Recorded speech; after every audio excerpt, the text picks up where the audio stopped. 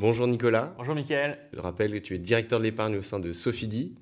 Merci d'être là. merci de me recevoir. Alors aujourd'hui, on va faire un petit point sur l'année 2023, un petit peu aussi le marché du commerce, les nouveautés chez Sofidy. Donc on va commencer par le marché. Donc qu'est-ce que tu peux nous dire sur le marché du commerce qui est quand même une des classes d'actifs que vous visez? Alors oui, effectivement, le commerce, c'est une expertise historique chez Sofidy puisque on vient de là, on a démarré avec ce commerce. Ce qu'on apprécie, c'est effectivement le commerce, plus particulièrement le commerce de proximité, le commerce de centre-ville.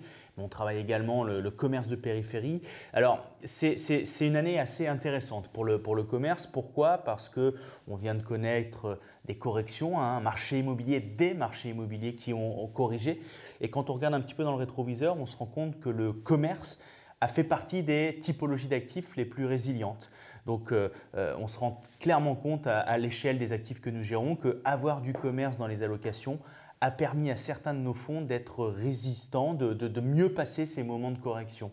Donc ça s'explique notamment par le fait que le commerce ces dernières années avait été un peu boudé sur fond de développement du e-commerce, sur fond on s'est posé beaucoup de questions pendant la crise de la Covid et donc quelque part il y avait peut-être eu moins de hausse sur les actifs de commerce, donc ce qui leur permet dans cette période-là d'être plus résilients. Mais ce qui est intéressant, c'est que finalement on se rend compte que ça a du sens d'avoir du commerce dans les allocations et on est petit à petit en train d'assister finalement à des épargnants qui reviennent vers le commerce, vers les SCPI de commerce en se disant que effectivement ça a du sens dans une allocation d'avoir cette approche résiliente, résistante, un commerce qui, on le sait, est effectivement assis derrière un gros indicateur macroéconomique qui est la consommation, qui se tient quand même plutôt bien. Donc voilà, ça c'est un élément qui est très intéressant et on reste convaincu chez Sofidy que le commerce a encore de beaux jours devant lui. Dans l'éventail des SCPI que vous avez chez Sofidy, 7 SCPI, la septième, on en parlera tout à l'heure. Ouais. Imorande 2 est une des SCPI qui investit dans le commerce. Exactement. Imorande 2, c'est véritablement la SCPI qui va condenser toute cette expertise historique qu'on a dans le commerce de proximité. Une SCPI qui vise et qui est 100% commerce de proximité. Elle va chercher des actifs de commerce situés dans les meilleurs emplacements, les meilleures artères commerçantes des grandes villes, en ayant une très très grande vigilance sur les niveaux de loyer. On va rechercher des niveaux de loyer inférieurs aux valeurs de marché, ce qui va nous permettre de travailler l'actif dans le temps, de faire progresser les loyers, de créer de la valeur. Et aujourd'hui, c'est une SCPI qui est sur un niveau de distribution de 5%, donc qui est complètement revenue dans la course. Et effectivement, on se rend compte qu'elle commence à être de plus en plus, en tout cas à susciter un enthousiasme de la part des épargnants.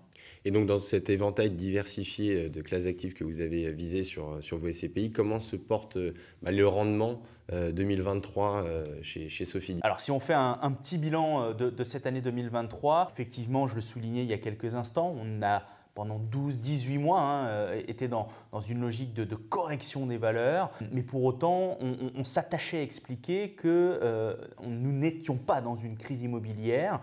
C'était bien une logique de taux qui avait son impact et qui impliquait des corrections sur la valeur de l'immobilier, mais que pour autant, les moteurs de performance que sont le rendement, le loyer, étaient toujours bien allumés, bien présents. Et la conclusion, c'est on est sur des niveaux de distribution en 2023 qui sont en phase avec nos objectifs, voire parfois même un peu mieux. Pour le présenter de manière un peu simplifiée, on est sur des niveaux de rendement de 5% en progression.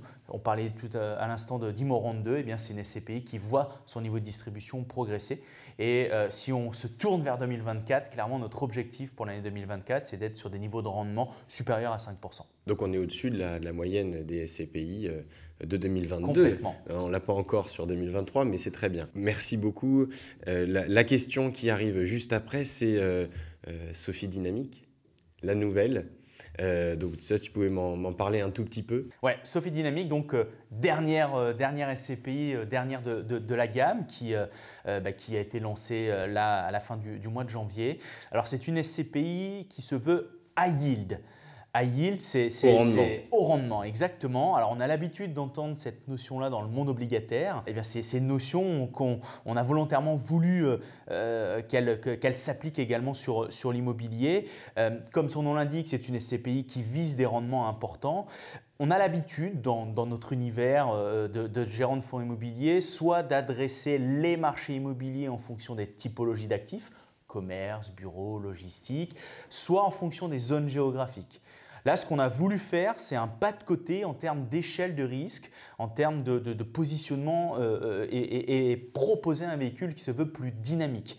Dynamique, ça veut dire quoi? Ça veut dire qu'on va être sur un niveau de risque de 4 sur une échelle qui va jusqu'à 7. Là où dans l'univers des SCPI, quasiment la totalité des SCPI sont plutôt sur un niveau de risque 3. Mais la contrepartie, c'est d'aller chercher plus de rendement, d'où cette notion de high yield. Et cette SCPI va viser un taux de distribution annuel de 7%.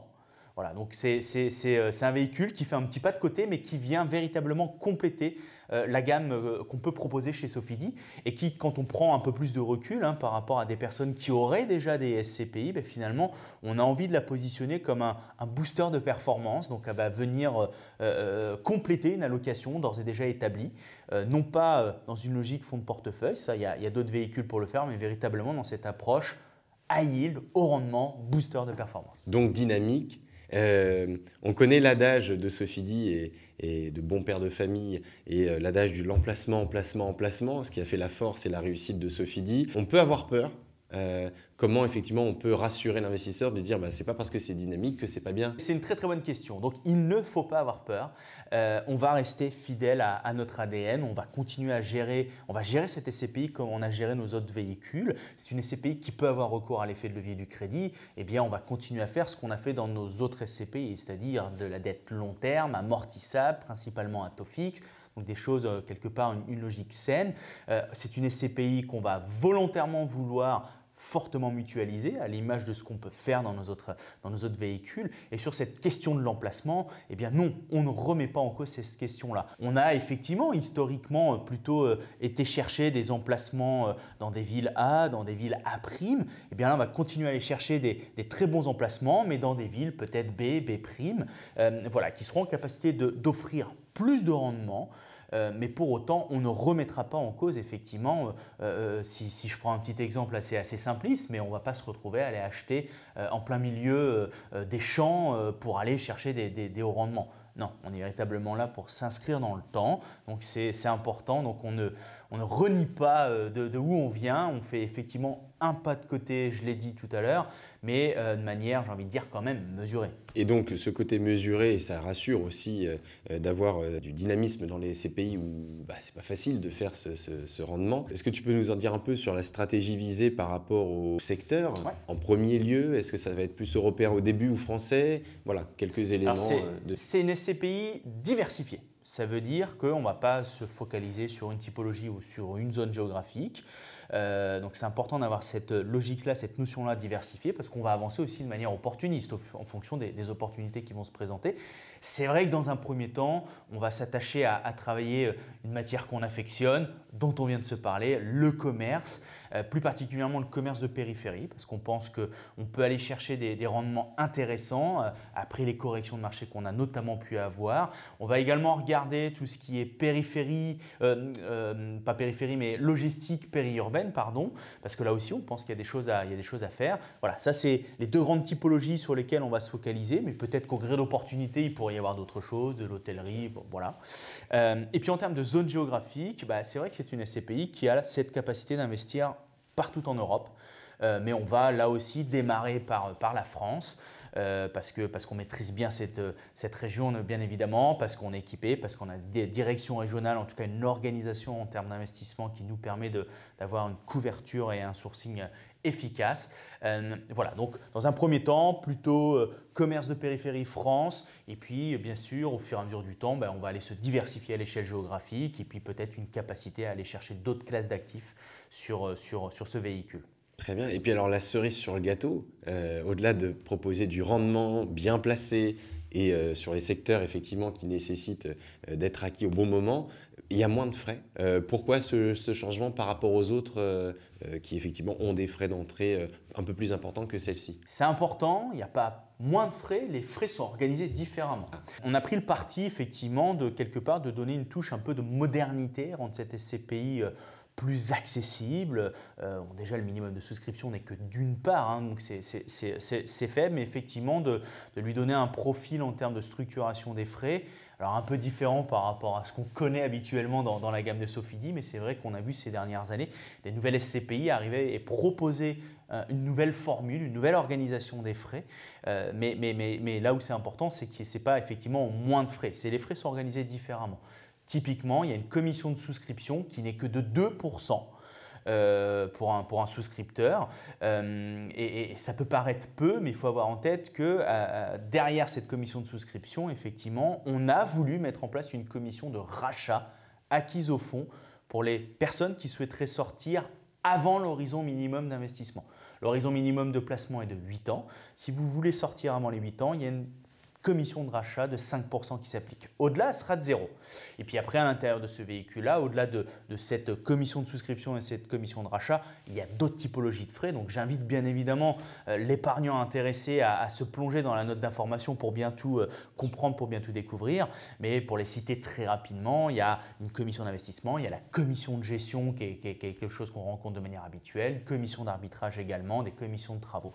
Voilà, c'est la batterie classique de frais qu'on va trouver à l'intérieur des SCPI, mais effectivement revus un peu différemment pour quelque part parce qu'on s'est rendu compte que c'était plus facile, peut-être plus lisible. En tout cas, ça permettait à un épargnant d'avoir accès de manière un peu plus simple, en tout cas de mieux comprendre le fonctionnement du véhicule. Mais j'insiste effectivement sur le fait que ce n'est pas les CPI sans frais, il y a des frais, il faut bien les comprendre, il faut aller lire la documentation pour comprendre tout cela.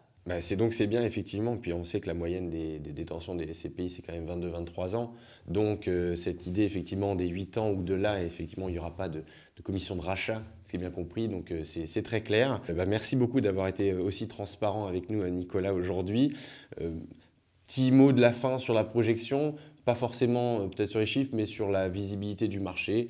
Toi, qu'est-ce que tu penses repartir ou non par rapport aux annonces de la Fed et qu'il va y avoir des baisses de taux? Est-ce que toi, tu penses que ça va repartir cette année? On aura une plus belle année? On a tous envie que ça reparte. Alors effectivement, on a traversé 18 mois un peu compliqués, effectivement, qui ont eu pour conséquence des corrections parfois un peu violentes sur les différents marchés immobiliers.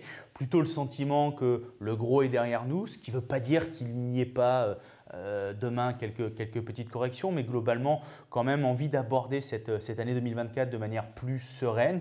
Il y a nécessairement un petit temps de convalescence. On est dans l'immobilier. L'immobilier, on a l'habitude de dire que c'est du temps long. Donc, ce n'est pas en 15 jours, 3 semaines que, entre guillemets, il va y avoir cette logique de convalescence. Mais c'est vrai que les perspectives de stabilisation, je ne parle même pas de baisse, je parle de stabilisation des taux, permettent quelque part au marché immobilier de retrouver un fonctionnement un peu plus sain et de revenir vers quelque chose d'un peu plus normalisé. Et ça, c'est un élément important. On le voit, en tout cas, je touche du bois, mais c'est vrai que depuis le début de l'année, on revoit chaque jour faisant un petit regain d'intérêt, que ce soit dans les volumes de souscription, dans les marques d'intérêt qu'il peut y avoir sur nos véhicules. Donc ça, c'est un signal quand même fort qui est important. Voilà, donc plutôt l'impression que les épargnants reprennent confiance dans la pierre papier et ça, c'est bon signe. Merci beaucoup pour cette analyse. Merci beaucoup, Mickaël. Merci à vous d'avoir été présent et d'avoir écouté effectivement cette vidéo. Retrouvez l'ensemble de la gamme Sofidy sur homunity.com dans votre espace partenaire et n'hésitez pas à contacter vos conseillers. Merci beaucoup.